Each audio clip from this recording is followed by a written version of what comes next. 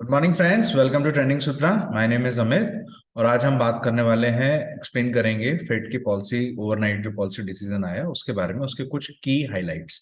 तो कल जैसा कि हम जानते हैं कि फेड ने 50 बेसिस पॉइंट पे अपनी इंटरेस्ट रेट हाइक करी है फ्रॉम टू 4.25 टू 4.5%। फेड के जो पावल साहब हैं और जो उनकी पूरी फेड की पॉलिसी के कुछ जो की कमेंट्स हैं, अगर उनको हम हाईलाइट करते हुए देखते हैं तो वो ये कह रहे हैं कि इन्फ्लेशन जो है वो अभी रहेगी। फेड अभी काफी ज्यादा कंसर्न है इन्फ्लेशन के रिस्क को लेके। जॉब गेन्स काफी ज्यादा बेहतर हुए हैं, अनएम्प्लॉयमेंट रेट अभी भी काफी कम है। रीसेट जो हमारे इंडिकेटर्स आए हैं वो ग्रोथ को मॉडेस्टली एक्सपैंडिंग और प्रोडक्शन को इम्प्लाई कर रहे हैं। वोट का जो फेवर था वो अक्रॉस द बोर्ड सारे फेड मेंबर्स ने कहना चाहिए वो 50 बेसिस पॉइंट हाइक को फेवर किया है। जो डॉट प्लॉट है, जो सबसे बड़ा मेजर पॉइंट है पूरे फेड के आउटकम का, क्योंकि 50 basis point was almost considered के इतना होगा, 50 बेसिस पॉइंट का हाइक ही होगा।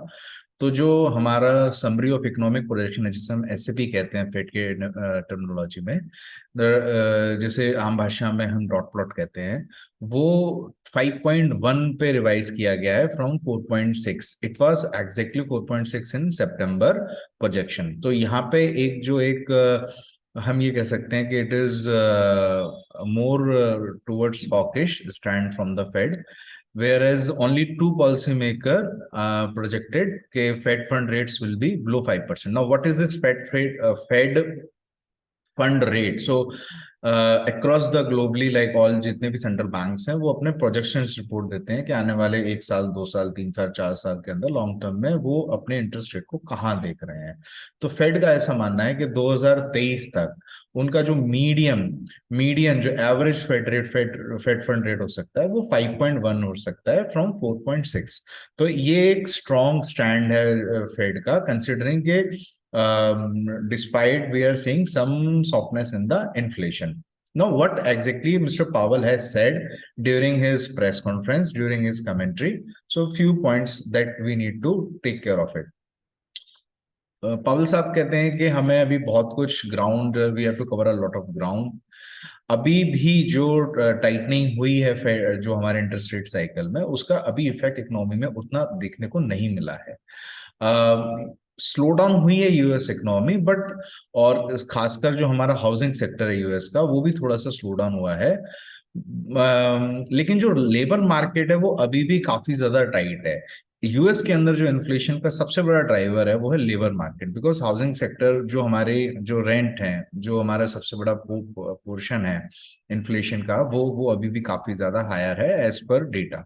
तो इन्फ्लेशन ने अक्टूबर नवंबर में थोड़ा स्लो डाउन तो किया है, बट अभी भी इतना इन्फ्लेशन डेटा नेगेटिव नहीं, इतना सॉफ्टर नहीं हुआ है कि फेड ये कहता है कि हम उसको ऐसे कॉम्प्लिसेंट हो रहे हैं, मतलब आराम से बैठ जाए, ऐसा अभी फेड को नहीं लगता है। और फेड अभी पूरी तरीके से कंसर्न कर रहा है इन्फ्लेशन को लेके। इन्फ्लेशन वर्ड, इन्फ्लेशन कंसर्न, ये पूरा कवर किया पवल साहब ने अपने लगभग लगभग 45 मिनट की स्पीच में।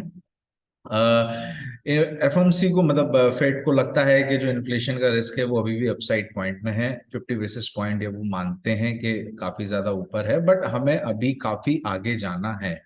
हमारा जो प्रोजेक्शन है, यानी फेड का जो प्रोजेक्शन है, वो कोई प्लान नहीं है। इसका मतलब ये है कि हम कोई ऐसा बिल्कुल सेट लेके नहीं चल रहे हैं कि हम ऐसा करेंगे। Purely depends on the economy, कि इकोनॉमी की कंडीशन क्या है, इकोनॉमी की डेटा क्या है, टोटलिटी में इकोनॉमी का डेटा किस तरीके से आता है, how job market is performing, how inflation is performing, how globally things are working, specially into oil and other products जो इन्फ्लेशन का एक बहुत बड़ा पार्ट होते हैं। यूएस के अंदर खासली जो गैसोलीन प्राइसेस हैं वो एक ज्यादा इफेक्ट करते हैं इन्फ्लेशन को, और हमने देखा है कि गैसोलीन प्राइसेस और पेट्रोलियम प्राइसेस जब नीचे आए तो इन्फ्लेशन भी हमारी नीचे आई है।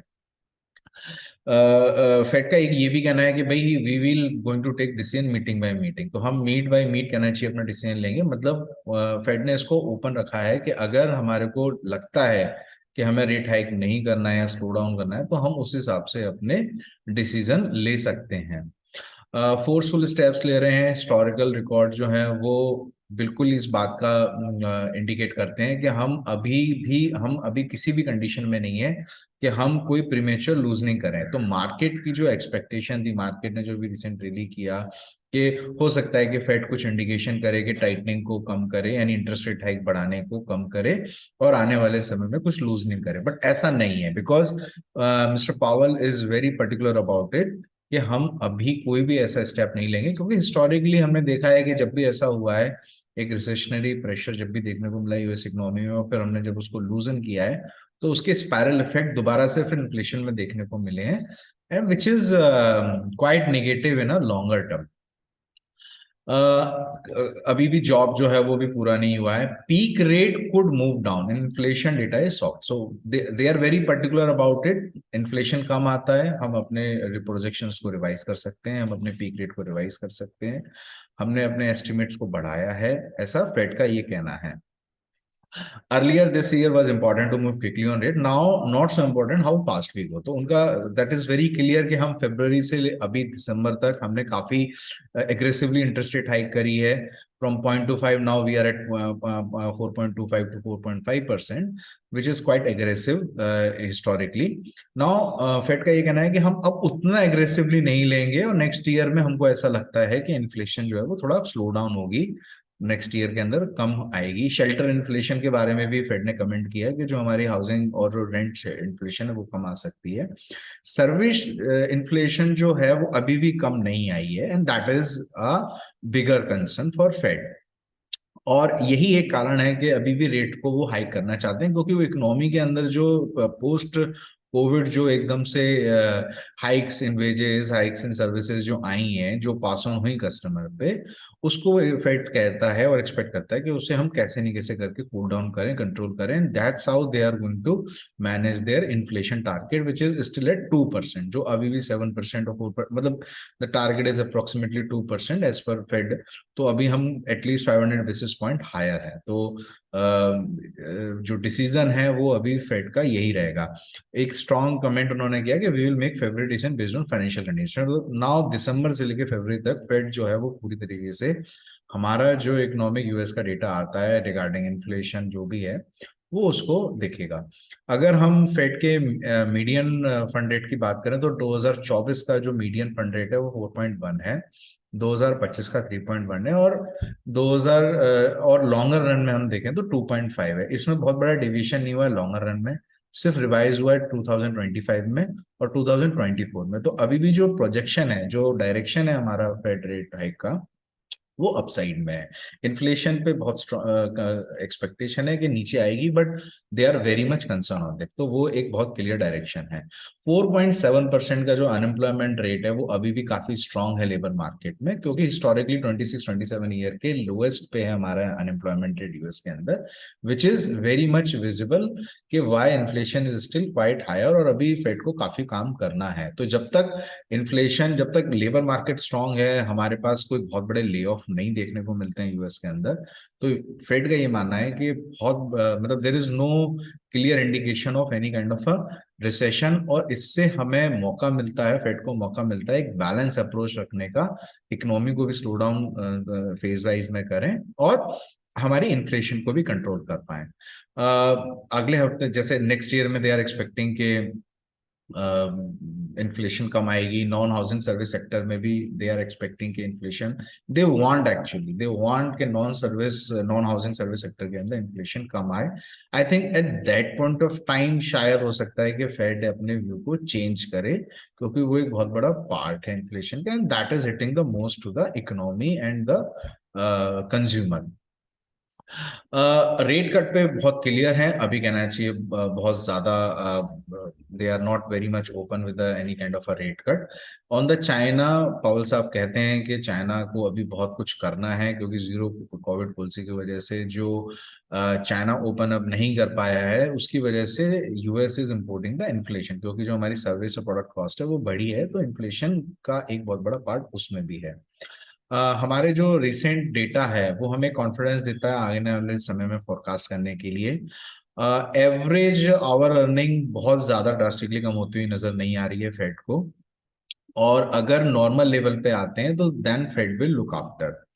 Our policy is getting close to sufficiently restrictive. कहने का मतलब यह है कि हम आज नहीं तो कल, मतलब in most probably in next 2 or 3 meeting we could be expecting कि फेड हम ये उम्मीद कर सकते हैं कि रेट हाइक साइकिल जो है वो एक बार के लिए पॉज हो जाए या वहां पे एक बार के लिए एंड हो जाए। और लोअर इन्फ्लेशन अगर आती रहती है that is fine. Point is this कि अगर इन्फ्लेशन को हमने अभी यहाँ पे नहीं कम किया, इन्फ्लेशन को हमने यहाँ पे मैनेज नहीं किया, तो सबसे ज्यादा पेन हमारा तब आएगा अगर हमने अपने रेट्स को हाइक नहीं किया। तो यहाँ से कंक्लूड किया मतलब मिस्टर पावल ने, विच इज वेरी इंडिकेटिव के मार्केट, मतलब मिस्टर पावल is very clear about it कि हम अभी इन्फ्लेशन को देखेंगे। मार्केट के रिएक्शंस की बात करें तो डाउ जोन्स कहना चाहिए अपने हाई से, सेशन हाई से लगभग लगभग 600 पॉइंट करेक्ट हुआ। लेकिन डॉलर इंडेक्स ने उतना रिएक्शन नहीं दिया, because somehow market is expecting कि at least we are quite near to the peak rate, but this is also saying कि इकोनॉमी के अंदर जो स्लो डाउन आने वाले समय में फेड अभी फर्दर एक्सपेक्ट कर रहा है। तो that is I think one of the reason के मार्केट ने उतना पॉजिटिवली रिएक्ट नहीं किया, और आने वाले समय में हमें हो सकता है ये देखने को मिले दैट मार्केट में not be so optimistic in a very short term. Anyway, it's like Christmas holiday and New Year holiday, तो most probably major reactions of जनवरी के जो नॉन फार्म पेरोल डेटा आएगा उसके बाद मार्केट में एक डायरेक्शनल मूव आने को देखने को मिल सकता है।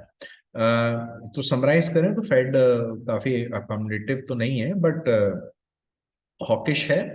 बट साथ में वो ये भी कहता है कि भाई हम अगर डेटा अच्छा आएगा तो हम अपने आप को रिवाइज करेंगे, एंड इट्स मोर और less on the rate hike cycle mode अभी भी है। तो हाँ, इंडियन मार्केट के लिए आई थिंक आईटी इंडेक्स के लिए थोड़ा सा नेगेटिव होना चाहिए, और शॉर्ट टर्म में ये एक नेगेटिव इफेक्ट है। बाकी market will obviously react based on the data, और जैसा जैसा डेटा आएगा तो उसके बेसिस पे आई थिंक मार्केट रिएक्ट करेगा ना आने वाले समय में। That's it for now. If you have any query you can contact us by telegram or whatsapp on this fed event and further event today। आज हमारे बैंक ऑफ इंग्लैंड और ECB का भी पॉलिसी रेट डिसीजन है, वो भी हमें एक डायरेक्शन देगा मार्केट में, क्योंकि they are running very high inflation both euro and in fact England is running very high inflation. तो वो कैसे अभी उनके उनके प्रोजेक्शंस क्या हैं, तो उसको भी मार्केट अब यहाँ से टेकअप करेगा। Thank you for watching, that's it for now. Kindly share this video, like and subscribe. Thank you.